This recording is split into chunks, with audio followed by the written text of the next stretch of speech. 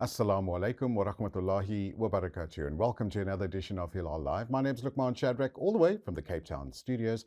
Jummah Mubarak to you and your loved ones. I trust you all had a wonderful Friday. As you can see, it's Friday. It's a bit more relaxed in studio as well. Thanks for watching us on channel 347. Remember, you can also live stream on www.hilal.tv. Now, it's What's On. We let you know what's happening in and around our beautiful city. First up, we'd like to speak about the big boy at 355 pre-Ramadan Souk in studio to tell us a bit more. Sadia, Salie, Bassa, assalamu alaikum. Wa alaikum salam wa rahmatullahi wa barakatuh. How are you? I'm very well, thanks. Thanks for asking, and I hope you're well as well. I am, and thank you for having me. My pleasure. So it's coming up to this time of the year where there are lots of pre-Ramadan markets, souks, fairs, things like that. But before we get into your very special market, tell us about Big Boy. The full name we know is Big Boy Crockery right here in the Cape area. How long have you guys been around for? Okay, so we've been around for 12 years. Husband and wife started off a small little business. Alhamdulillah. My hubby was initially in wholesale, but as the weeks and the months passed by, we realized, and we had so many customers walking in and saying, I need this, I need that. And that's basically how the business grew. Yeah. We looked at what it was that people needed, and in Durban, Joburg, you always find these stores that you can walk into and find so many of these. And we didn't have one in Cape Town. Right. And alhamdulillah, that ideally was the plan. And so we've just, grown and grown. We got in all the products. We sourced the products that customers wanted. It started off with a simple Saturday wedding gift, people walking in and saying, I'm on my way to a wedding, please can you get some glassware? Then you'd find someone walking in and saying, oh, I need these types of scissors, and we sourced it, whether it was a cup, a plate, a bowl, and before you knew it, we were into retail. And now alhamdulillah, we fully grown retail store. We also just try to get in whatever it is that the customers need. And I see you've got your lovely Palestinian colors on as well. Course, you guys do sell apparel, Palestinian apparel. People can come through and purchase them. Alhamdulillah. And as Muslims, we're all doing our bit. Alhamdulillah. When it comes to Palestine, but that is a story for another time. For sure. Inshallah. Okay, so let's get into the souk. When did this bright idea come about that you needed to have a market? And I like the name souk because it just explains what this is all about. Okay. So, there are plenty of bigger souks where the big companies are able to, display and expose themselves. I had a lot of people walking into the store and, telling me, I have this small little business. I'm making my samosas. I'm selling this perfume. I'm selling these bags, and I'm not able to get into the bigger markets. And that being said, Zaid and I, we looked at, starting just a little market for beginners. So just to quickly tell you about this, one of the ladies, and I didn't actually know this until the day of my first market last year, she walked in and she said to me, Sadia, do you remember these face towels? And I said, I remember gifting my daughter that was at Islamia at the time. She was on her way to a netball match, and I gifted little towels with all the players' names on. So this teacher saw this and asked me where I had it printed. I gave her the name of the name and the number of the gentleman, and I also told her where to buy the towels. So she went and she took some orders. And a year later, she's now had like more than 100 clients that she's working for, and she's working for Ramani. So she comes to me and she tells me, this little business I have was because of an idea. And alhamdulillah, this is my first market that I'm able to go to. So,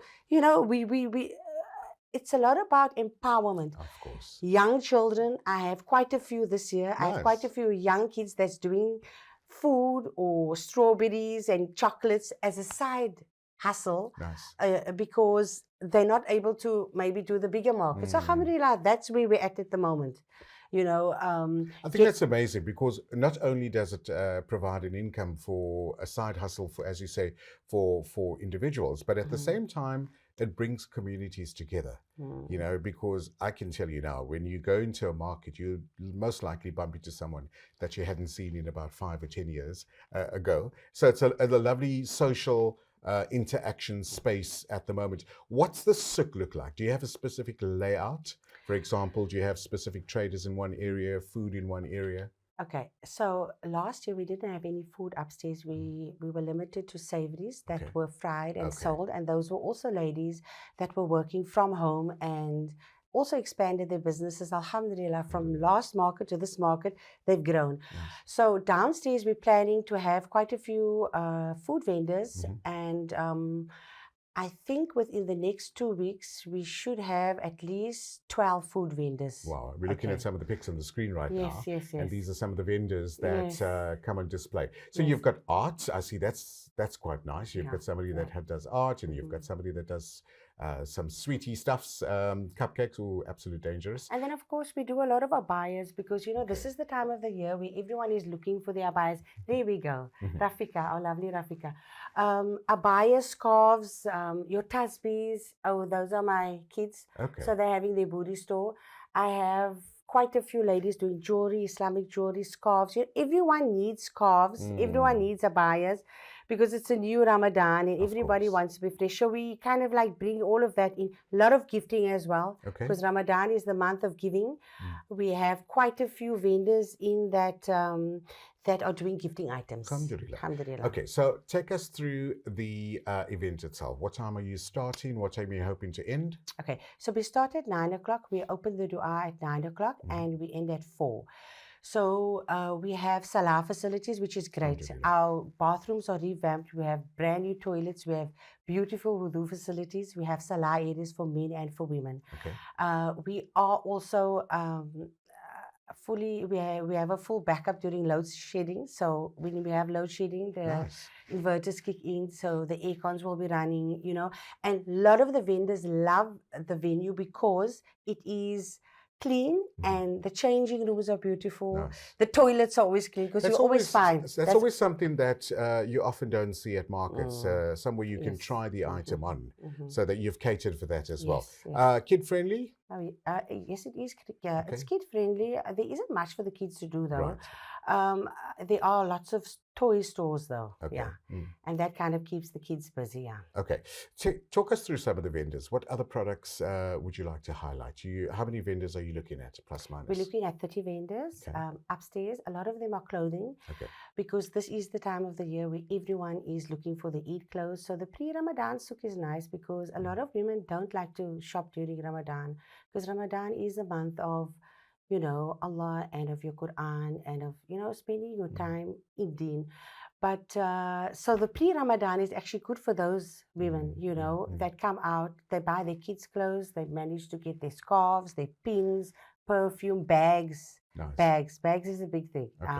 Yeah. Are there products for men? Because here's the thing, right? As a guy, I know I go to these markets and I just see rows and rows of abayas, rows and rows of jewelries, rows and rows of whatever, for women.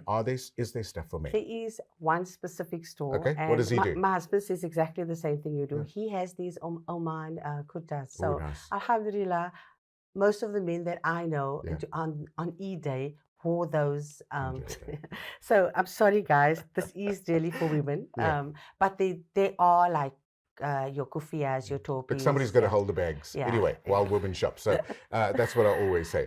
I think it's going to be such an exciting event. I think people are looking forward to. What dates are those again? It's the 2nd and 3rd of March, and then the 8th and the 9th. It's the 2 weekends before Ramadan. Okay, you've got it over 2 weekends. Yes, fantastic. yes. And also 9 to till what time? 9 to 5. 9 till 5. Okay, so parking. Do you have sufficient parking? Yes, Alhamdulillah. This year we have even more parking across the road at Garlandale Football Club and the church.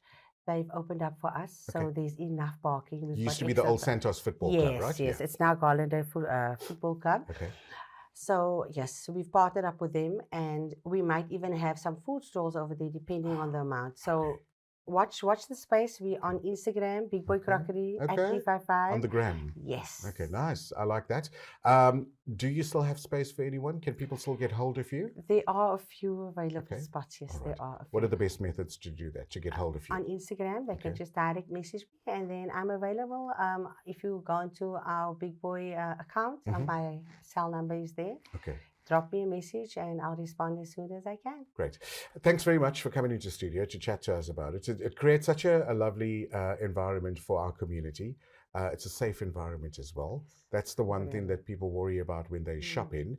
And also, there's no rain because it's indoors. You don't have to worry about the wind and the rain and the heat. Everything is indoors. Do you have places for people to eat and, sit and eat as well? So we have a lovely balcony. Okay, Right, yes. I know where that is. There's an open Where the balcony. lights run on the side. Yes, There we yes, go. yes. With the Okay. tent, yeah. Okay. So that's where everyone hangs out, and the smokers will go there and have a Okay. Oops, cigarette. you And can't say, you're yeah, not supposed to advocate that on air, but okay, I get you. all right. But it is, Yeah. that friendly. And then Salah facilities, very important. Male and female Salah facilities, wudu facilities are there. And so people can get hold of you, and if they'd like to definitely chat to you a bit more about hosting a stall there. Yes. Awesome. Sadia, all the very best. Thanks Thank you very so much. I much. think Thank it's a you for great having me. initiative. We'd like to have you back in studio and maybe be part of the event as well. Who knows? Inshallah. Ameen. Ameen. All the very best. Assalamu alaikum. Thank you. Wa alaikum salam. There we go. Sadia Salie Bassa, who's part of Big Boy at 355 pre-Ramadan Souk. Do go and check them out on Instagram if you'd like to host a stall or have a stall. Get hold of Sadia and her team and they will assist you. After the break, we chat to someone who's doing a very interesting theatre production and has a very special message as well. You are still watching Hilaal Live.